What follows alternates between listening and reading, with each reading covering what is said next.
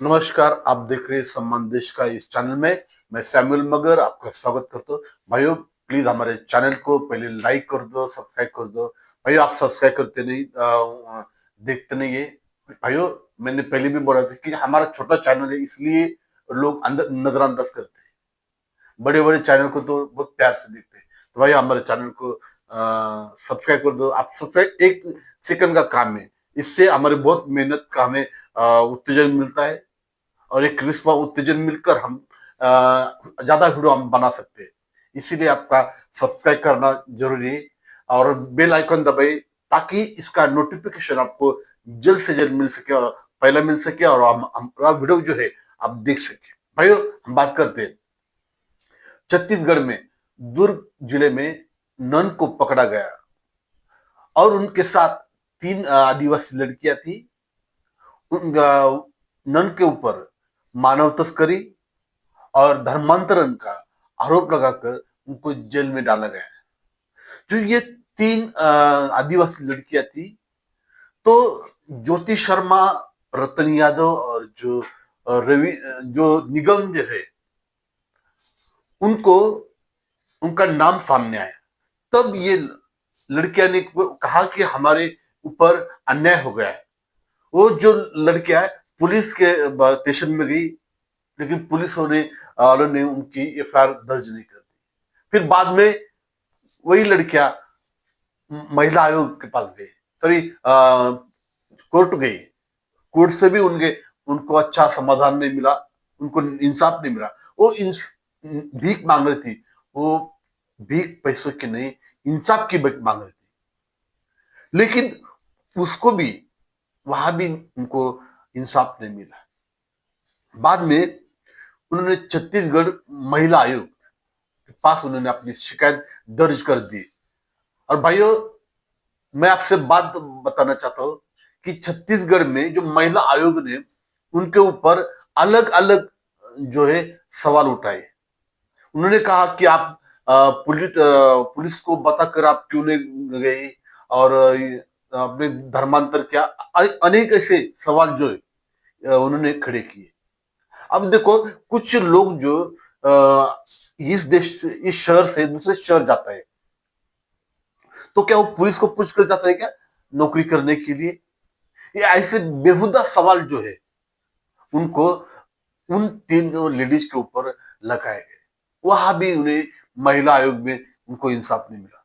महिला आयोग का मतलब है कि महिला का जो विचार क्या है, उनकी समस्या क्या है, उसके ऊपर जो सरकार ने महिला आयोग का गठन किया है, उनको वहां भी न्याय नहीं मिला। एक महिला दूसरे महिला का सम्मान नहीं करती, उन्हें न्याय नहीं मिलता है। तब ये लड़कियां ने मीडिया के सामने जो सवाल खड़े किए, ये पहले वीडियो देखो, हम बाद में बात कर आप भी हैरान रह जाएंगे। क्या महिला आयोग में ही महिलाओं को प्रताड़ित किया जा रहा है? चलिए इस पूरी खबर की तह तक चलते हैं। हमको न्याय भी मिलेगा कि नहीं मिलेगा, ये भी हमको नहीं पता सर। हम चाहते हैं कि वो इन बच्चों को इंसाफ मिले। ये मामला है छत्तीसगढ़ के दुर्ग जिले का, जो आजकल कथित धर्मांतरण और मानव तस्करी के आरोपों की वजह से सुर्खियों में है। कहानी के केंद्र हैं नारायणपुर की तीन आदिवासी युवतियां, कमलेश्वरी प्रधान, ललिता उसेंडी और सुखमती मंडावी।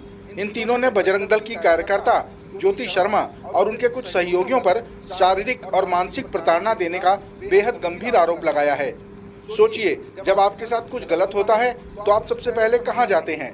पुलिस के पास, है ना? ये युवतियां भी सबसे पहले दुर्ग एसपी के पास थाने गई, लेकिन इनकी एफआईआर तक दर्ज नहीं की गई। जब पुलिस से निराशा हाथ लगी तो उन्होंने राज्य की सबसे बड़ी महिला संरक्षण संस्था यानी छत्तीसगढ़ राज्य महिला आयोग का दरवाजा खटखटाया। उन्हें उम्मीद थी कि यहाँ उनकी बात सुनी जाएगी, उन्हें न्याय मिलेगा। हाल ही में इस मामले की सुनवाई हुई। तीनों युवतियां कमलेश्वरी, ललिता और सुखमती बड़ी उम्मीद से आयोग पहुंची, लेकिन जिन पर आरोप थे यानी ज्योति शर्मा और उनके सहयोगी, वो सुनवाई में आए ही नहीं। चलिए, ये तो अक्सर होता है कि आरोपी पक्ष बहाने बनाकर आने से बचता है, लेकिन उस दिन सुनवाई के दौरान जो हुआ वो असल में चौंकाने वाला था। शिकायत थी महिला उत्पीड़न की, शारीरिक और मानसिक प्रताड़ना की, लेकिन सुनवाई कर रही महिला आयोग की दो सदस्य सरला कोसरिया और दीपिका सोरी ने पीड़ित युवतियों से कैसे सवाल पूछे, ये सुनकर आपको यकीन नहीं होगा, उन्होंने उत्पीड़न के बारे में पूछने के बजाय धर्मांतरण से जुड़े सवाल पूछने शुरू कर दिए। एक सदस्य ने कहा, आप एक धर्म से दूसरे धर्म में जा रहे हैं, इस पर पुलिस की कार्रवाई तो सही है। अब आप ही बताइए, क्या किसी के धर्म बदलने की कोशिश पर पुलिस कार्रवाई कर सकती है? जबकि हमारा संविधान हर नागरिक को अपनी मर्जी का धर्म मानने की आज़ादी देता है। और सबसे बड़ा सवाल, ये युवतियां तो प्रताड़ना की शिकायत लेकर आई थी, फिर उनसे धर्मांतरण के सवाल क्यों? बात यहीं खत्म नहीं हुई। जब युवतियों ने बताया कि वे रोजगार के लिए, नौकरी करने के लिए अपने घर से बाहर जा रही थी, तो उनसे पूछा गया, रोजगार तो नारायणपुर में भी मिल जाता, आपको बाहर जाने की क्यों जरूरत पड़ी? क्या इस देश में किसी को अपनी मर्जी से बेहतर भविष्य के लिए एक शहर से दूसरे शहर जाने का हक नहीं है? क्या इसके लिए भी अब किसी की इजाजत लेनी होगी? मम्मी पापा मन भी हैं, उन लोग भी बोल रहे थे कि अपने मर्जी से हम अपने बच्चे लोग को भेज रहे थे, लेकिन सामने वाले जज मैडम लोग सुन भी नहीं रहे थे। दीपिका सॉरी लोग, उन लोग बार बार बोल रहे थे कि नहीं ऐसा, आप लोग उन लोग बार बार बोल रहे थे कि पुलिस को क्यों पूछ कर नहीं गए। सर इतना जो नौकरी करते हैं सर, उन लोग क्या पुलिस को पूछ कर नौकरी करते हैं? इतना नौकरी करने वाले। हद तो तब हो गई जब एक सदस्य ने पूछा, क्या आपने पुलिस को लिखित में सूचना दी थी कि आप एक शहर से दूसरे शहर जा रहे हैं? ये सवाल सुनकर ऐसा लगा मानो ये युवतियां पीड़ित नहीं बल्कि अपराधी हैं। इन सब के बीच एक और सदस्य लक्ष्मी वर्मा का सवाल तो और भी हैरान करने वाला था। उन्होंने युवतियों के आवेदन को देखकर कहा, यह आवेदन तो आपने खुद नहीं लिखा है, यह तो किसी से लिखवाया हुआ लग रहा है। शायद मैडम ये भूल गई कि हमारे 121 करोड़ से ज्यादा लोगों के देश में आज भी करोड़ों लोग निरक्षर हैं, जो सरकारी कामों के लिए साक्षर लोगों की मदद लेते हैं। यहाँ तक कि बड़े बड़े पढ़े लिखे लोग भी कोर्ट कचहरी के कामों के लिए वकीलों से ही लिखवाते हैं। वैसे आपकी जानकारी के लिए बता दें कि ये तीनों पीड़ित युवतियां 10वीं तक पढ़ी हुई हैं। आयोग की एक सदस्य दीपिका शोरी ने तो पिछली सुनवाई की बात दोहराते हुए एक अजीब ही सलाह दे डाली। उन्होंने कहा, मैं उस दिन भी कही थी और आज भी बोल रही हूँ कि तुम मंदिर जाते हो, चर्च जाते हो तो मस्जिद भी जाया करो।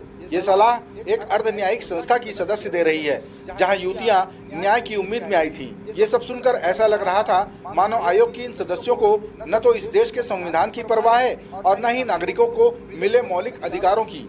हमारा भारतीय संविधान आर्टिकल 25 से 28 तक साफ तौर पर देश के हर नागरिक को किसी भी धर्म को मानने, उसका आचरण करने और उसका प्रचार करने की पूरी स्वतंत्रता देता है।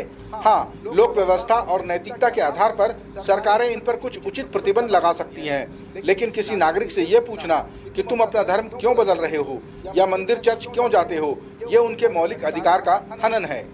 जब इस सुनवाई के बारे में नव प्रदेश टीवी ने राज्य महिला आयोग की अध्यक्ष डॉक्टर किरणमयी नायक से बात की, तो उन्होंने बताया कि आवेदक पक्ष यानी तीनों युवतियां तो आई थी, लेकिन अनावेदक पक्ष यानी ज्योति शर्मा और उनके सहयोगी मौजूद नहीं थे। यहां तक कि जीआरपी थाने के टीआई भी नहीं आए और सबसे जरूरी सबूत यानी जीआरपी थाने का सीसीटीवी फुटेज भी अब तक आयोग को नहीं मिला है। फुटेज के लिए अब रेलवे डीआरएम को अलग से आवेदन किया जाएगा। अध्यक्ष ने यह भी कहा कि अगली सुनवाई में सभी पक्षों को आना ही होगा, वरना उन्हें कारण बताओ नोटिस जारी किया जाएगा। आज की कार्यवाही में अनावेदक पक्ष अनुपस्थित हैं और उनको अगली पेशी दिया गया है और एसपी रेलवे की तरफ से पत्र आया है। सीसीटीवी फुटेज जो हमने मंगाया था वो मिला नहीं है, तो डीआरएम को लेटर जाएगा और एसपी दुर्ग को एक लेटर जाएगा ताकि अनावेदक गण को उपस्थित रखा जा सके। थाना कोतवाली दुर्ग के प्रभारी यहाँ उपस्थित हो गए थे, जिनका इस केस से कोई संबंध नहीं है, इसलिए उनका नाम पक्षकार से हटाया गया। अगली सुनवाई की डेट कब? अभी डेट तय नहीं किया। सीसीटीवी फुटेज हमारी पहली प्राथमिकता है। सीसीटीवी फुटेज के लिए पत्र लिखा जाएगा और उसकी जांच करने के बाद अक्टूबर महीने में रखा जाएगा। सुनवाई के बाद पीड़ित युवतियों और उनके परिवार वालों ने जो कहा वो दिल दुखाने वाला है। उन्होंने साफ कहा कि उन्हें शायद ही महिला आयोग से न्याय मिलेगा। और आज जैसा हम लोग सुनवाई में हम लोग भाग लिए थे, उसमें माननीय सदस्य महिला आयोग जैसा टिप्पणी किए वो थोड़ा हमको अशोभनीय लगा, क्योंकि उन्होंने स्पष्ट रूप से कहा कि एक दबाव बना रहे हैं, भीड़ इकट्ठा करके आए हैं। ये जो है बात, चूँकि दुनिया के किसी भी जुडिशियली कोर्ट में बैठ करके और जो कार्यवाही हो रही उसको सुनने का नागरिक को अधिकार है, लेकिन माननीय आयोग के सदस्य ने जिस प्रकार जो है बात किया वो मेरे ख्याल में गैर संवैधानिक है। सुनवाई से बिल्कुल हम लोग संतुष्ट नहीं हैं, क्योंकि जो भाजपा महिला आयोग के सदस्य हैं उन लोग दबाव बना रहे हैं जबकि ये मुद्दा है वहाँ पर इन लड़कियों आदिवासी 3 लड़कियों के साथ अत्याचार हुआ है, उस संबंध में महिला आयोग में आवेदन दिया गया है। तो उस आवेदन दिया गया है, तो आवेदन को हम लोग कि वो 2 नन्स और उस पर क्या हुआ है हम वो नहीं जानते। एक सिक्के के 2 पहलू में पहला पहलू तो नल के साथ जो धर्मांतरण और मानव तस्करी का आरोप है, हमसे उसको कोई मतलब नहीं है। हम लोग आदिवासी समाज होने के नाते, उनके परिवार के रिश्तेदार होने के नाते हम लोग ये चाहते हैं कि इन लड़कियों के साथ जो जयती शर्मा ने अदर समाज दूसरा समाज होते हुए मारपीट करते, गैंग रेप का बड़ा धमकी दिए हैं और मारपीट किए हैं, वो कौन होते हैं ऐसे हमारे आदिवासी लड़कियों को पर मारपीट करने वाले, उसी के पर्पस में हम लोग महिला आयोग में आवेदन दिए हैं। और मुझे नहीं लगता कहीं ना कहीं ये दूसरे ट्रैक में राजनीति से प्रभावित होकर वो दूसरा ट्रैक में ले जाया जा रहा है। तो हम न्याय की गुहार में हम लोग महिला आयोग में दिए हैं और बिल्कुल महिला आयोग से अध्यक्ष और महिला आयोग का पूरा टीम से मैं निवेदन करता हूं कि ऐसी महिलाओं को अगर न्याय नहीं मिलेगा तो दोबारा न्याय के लिए हम महिला आयोग में उम्मीद भी नहीं कर पाएंगे। जिस संस्था पर महिलाओं की रक्षा की जिम्मेदारी है, अगर वहीं पर पीड़ितों को ऐसे सवालों से बेइज्जत किया जाएगा तो वो न्याय के लिए कहां जाएंगी। ये मामला कई गंभीर सवाल खड़े करता है। क्या किसी संस्था में बैठे लोग अपनी निजी विचारधारा को पीड़ितों पर थोप सकते हैं? क्या नौकरी के लिए घर से बाहर निकलना कोई गुनाह है? आपने इस वीडियो देखा, इस वीडियो में उन लड़कियों ने, कुछ लड़कियों के रिश्तेदारों ने या भारतीय कम्युनिस्ट पक्ष के कोई पार्टी के कोई नेता थे, उन्होंने भी अपनी बात वहां मीडिया पर रखी। तो मुझे कहना हमको है कि उनको न्याय नहीं मिला, तब कुछ संगठन उनके साथ खड़े रहे। क्यों? आदिवासी लोग हैं, उन्होंने, उन लड़कियों ने वो धर्मन और उन्होंने ख्रिस्ती धर्म में उन्होंने प्रवेश किया। अब मैं तो कुछ लोग मुझे बोलते कि हम क्रिश्चियन धर्म नहीं है, लेकिन हम बोलते कि धर्म है। उन लड़कियों ने ख्रिस्ती धर्म में प्रवेश किया। वो कुछ 8-10 साल से, 5 साल से, 6 साल से वो मसीह बन गए थे। तो ये ज्योति शर्मा जो है और ये रतन यादव, उनके वीडियो में देखा, हम बोलते कि हम हमारे हिंदुत्व बचाने के लिए हम गुंडे बनना पड़ेगा, तो हम गुंडे हैं। ये उनका स्टेटमेंट है, हर वीडियो में आप देख सकते हो। तो ये महिला जो ज्योति शर्मा है, उन्होंने अपने बजरंगियों के साथ उनको अलग जगह उनकी चेकिंग करने गए थे, तो वहां कैमरा उसने नहीं लगाया था। और वो लड़कियां बोली थी कि वो कैमरा कर रहे थे, तो वो बोली कि हाँ कैमरा मत घुमाओ। और उन्होंने कहा था कि हम, हमारे जो बजरंगी लोग हैं, आपके ऊपर गैंग रेप कर देंगे। उनको, लड़कियों को, महिलाओं को उनको डराया गया था। इसी वजह से वो बाद में उन्होंने पहला बयान उन्होंने ये लिया, उनके ऊपर जबरदस्ती वो बयान थोपा गया है कि ऐसा बोलो कि वो हमको, ये हम नहीं जाना चाहते थे, वो इतना दूर नहीं जाना नहीं चाहते थे, हम ऐसे वैसे, वो जो कुछ भी जो बयान है उन्होंने, ज्योति शर्मा ने ऐसा, लड़कियां बोल रही कि उन्होंने ऐसा बयान लिखने के लिए उनको कहा गया। तो ये उसके ऊपर बाद में इतना बवाल हो गया। छत्तीसगढ़ की जो नन जो है, सॉरी, छत्तीसगढ़ में पकड़ी गई नन जो है केरला की, तो केरला के कुछ बीजेपी के नेता लोग हैं, उनको छुड़ाने के लिए आए थे। हमें पता चला कि जो आज आदिवासी महिलाओं के साथ ये हो रहा है, वहां के पास्टर के साथ मारा पीटा जा रहा है, हर कोई जो घटना घटती है वो मसीही लोगों के ऊपर होती है। तो उसी के लिए हमने ये, हमारा जो वीडियो बनाने का मेरा मकसद जो है कि हर लोगों को इंसाफ मिले, ये हमारा वीडियो बनाने का मकसद। भैया ये वीडियो आपको कैसा लगा हमें कमेंट बताइए। चैनल को लाइक करना, शेयर करना और सब्सक्राइब करना ना भूले। जय हिंद, जय भारत, वंदे मातरम, भारत माता की जय।